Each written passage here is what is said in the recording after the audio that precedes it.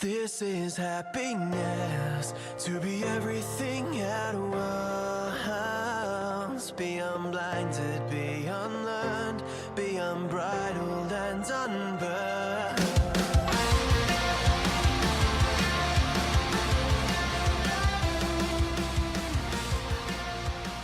Hey guys, welcome back to a brand new episode of Mood Prep. My name is Dave Nixon, and today we're going to talk a little bit about vulnerability, a little bit about courage, a little bit about fear, and sort of get a deeper understanding of exactly how those three things sort of interact. And a lot of the misconceptions that we may see around vulnerability is this idea that it means to show your weaknesses, or it means to show emotion, so forth, right? It's sort of like there's this, concept, meme idea going around that, to be vulnerable, we have to show our emotion, which is possibly true for some people. But the key thing here is that vulnerability is kind of different for each person. Courage is kind of different for each person. And one of the reasons is because fears are different for each person. And so we may watch someone do something courageous, and we're like, wow, that person is so courageous. But for them, it's normal. It's not courage for them, right? Whereas we're simply grabbing our values and still projecting it onto them in possibly a nicer way than complete judgment. But what's actually occurring is that for them, it's not often a courageous act. So this is where anyone moving towards what is challenging for us personally, conversation-wise, into our own minds, into things that we find challenging to lean into, our fears, that's where courage is. And so our own personal vulnerability may shift and change compared to somebody else's. And this is really, really important to understand, because what's vulnerable for me is different for you. So if I go, look, I make myself really vulnerable, it's like, well, in what areas of your life? Because after practicing being vulnerable in some areas of my life, I probably no longer feel vulnerable there, right? And vulnerable meaning susceptible for attack, I suppose, is one way to consider it, right? And so this is where if we show what we may deem a weakness, is that now we're actually, the reason why is that it's a fear, is that we're in fear of being attacked or hurt or harmed or damaged based on our weakness. And so the key thing here is that vulnerability is simply courage in the face of our fears.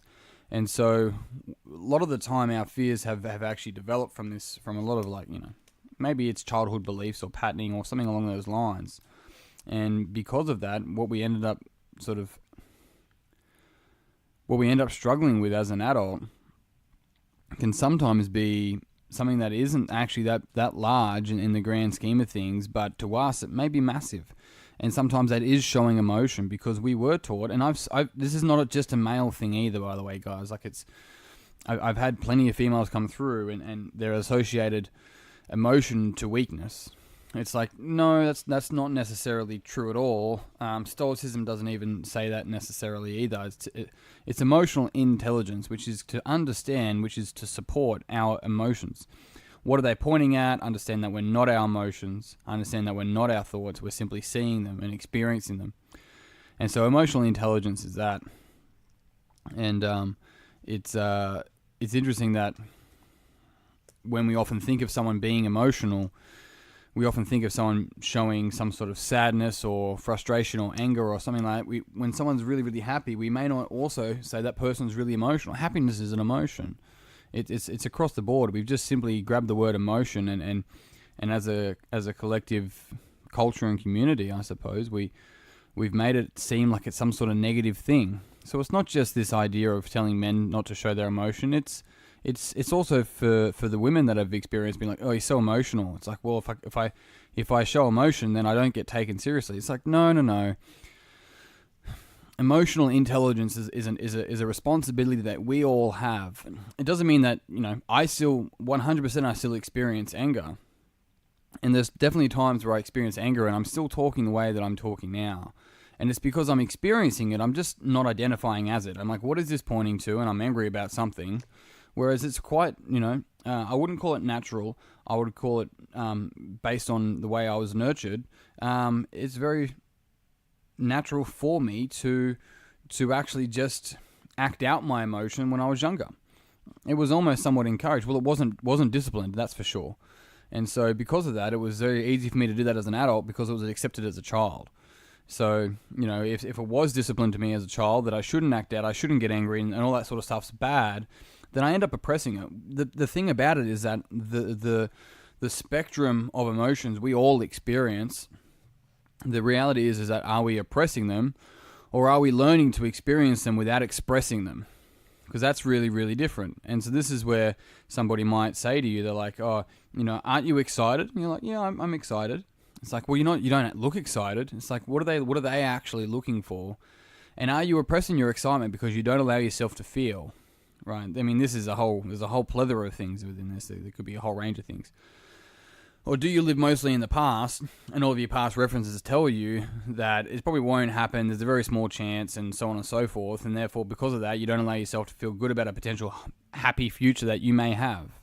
It's like this is a myriad of things. It's complicated. But the reality is that it's all you. And so the vulnerability part is actually really crucial because it's and the word is at the end of the word.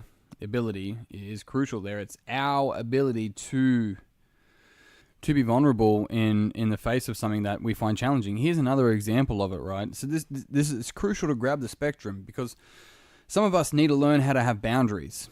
And so for us setting boundaries and telling people no, that's really it's really vulnerable for us because maybe we won't be accepted. Maybe that's the meaning that we have behind it, that we can't set boundaries because if we set them, then people won't accept us. And if they don't accept us, then we're not good enough. Like there's a couple of things like this. So for someone, actually setting a boundary is really being vulnerable. It's really courageous for them to do that, but it's so fucking necessary because if they don't, especially if they have children, right? Well, one, they just get fucking pushed around. That's one of the biggest things. They just get pushed around. They don't get raises, right? They just accept what's the scraps that are left over, right? And how people treat them. They're not aware that it's because they don't set boundaries with themselves either, right?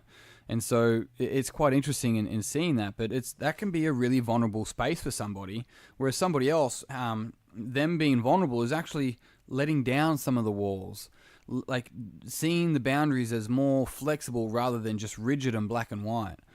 And so this is why it's so crucial for us to understand ourselves. Hey, emotional, once again, intelligence to really see what's going on and have deeper conversations so we can understand. Otherwise, we're just communicating from this one perspective of the reality and assuming that's the truth, and we all see the same thing, and we don't. We all see things differently. We all have a different subjective experience.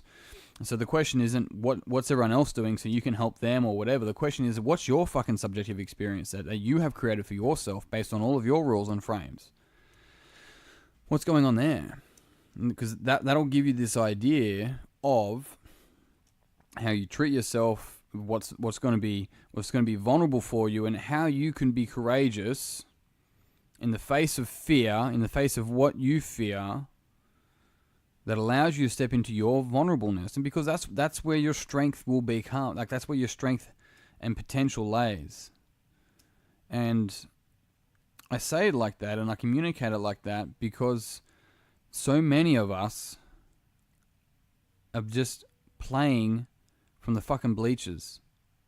We're just watching this shit. We're watching the fucking world go past. We're watching life happening around us, hoping someone will see us, point us out, and then drag us along. It's like it's not fucking happening. None of that's happening. So turn towards your vulnerabilities. It's the only way that you can really strengthen yourself. You'll hear people go double down on your strengths, and I'm all for that in the sense of your talents and your potential. But really, in the parts where you're most vulnerable, all you need to do is turn and face it, and it will start to get stronger. You turn your vulnerabilities into a strength. Could you imagine how unstoppable you could be then? Because you already are. It's you that's holding yourself back. And as soon as you realize that and take fucking action towards doing something about it, that's when your life will change. Until then, you should definitely tune in tomorrow, because that is it for me today. I really appreciate you tuning in. If you found this podcast beneficial, it would mean the world to me if you'd pass it on to someone else that you think would also find this beneficial. I'd love for you to continue the conversation. Let me know what part of this podcast landed for you or what parts you have questions with. So jump on Facebook, search Mood Prep Online, join the group there and start a conversation. Otherwise, you guys know the drill from here. Until tomorrow, peace and pizza, kick today in the dick, slay the dragon. I'll see you soon.